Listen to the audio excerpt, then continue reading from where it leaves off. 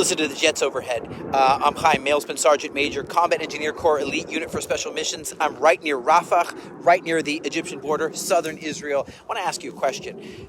Bear with me. Is Netanyahu a war criminal? The leader of the one democracy in the Middle East, is he a war criminal?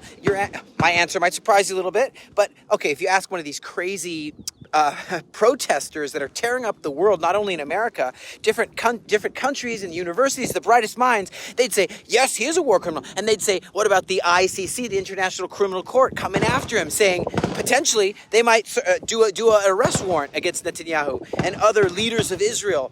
My commander-in-chief, so let's dive in. What should have happened? Okay, so October 7th happened, and you have 1,200 citizens killed, about 200 taken into the depths of darkness of despair as hostages. These massacring zombie apocalypse Nazi extremists, came raping women, killing, beheading babies. And so Israel should have just done what? Said, oh, well, no harm done, no harm done. Okay, we could have said, yes, we know that Gaza is run by Hamas, and Hamas is the leaders, and they're all, with the civilians, helping to hide the hostages, celebrating the deaths of Israelis. But we should just say, no harm done. All good, all good.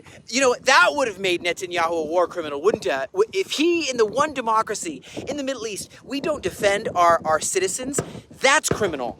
Okay, and same thing with Hezbollah in the north. We have to evacuate. We evacuated cities, okay, in the north, Kiryat Shmona, and Hezbollah is just bombarding. And if we say, okay, that makes him a criminal. It makes him a bad leader, a bad shepherd. I keep using that. And Hezbollah and others would say, nice gesture. Israel has done nothing. It's almost like a teaching moment.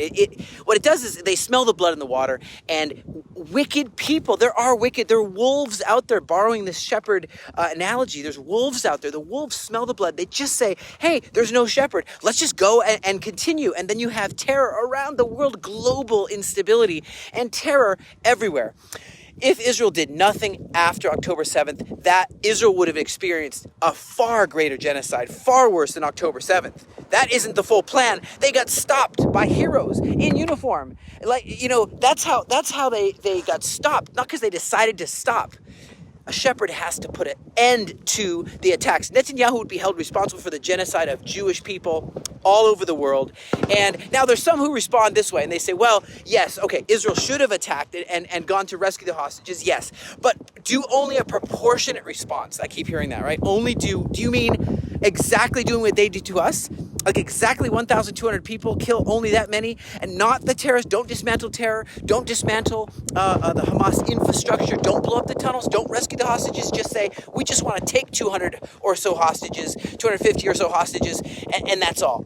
So a proportionate, like doing the exact thing? No, that's not our goal as free people. We are here to end Hamas and to protect our borders. So is Netanyahu a war criminal? No. Why? Because he chose to do the right thing, as any leader of any free country, every democracy in the world would do the same thing and launch a defense to defend Israel. It's right to protect the innocent. It's a noble thing to defend your country. That's what I'm doing. I'm not a genocide person either. I'm here to follow one of the most moral leaders and decent leaders in the modern society. And thank you guys for standing up for what's right.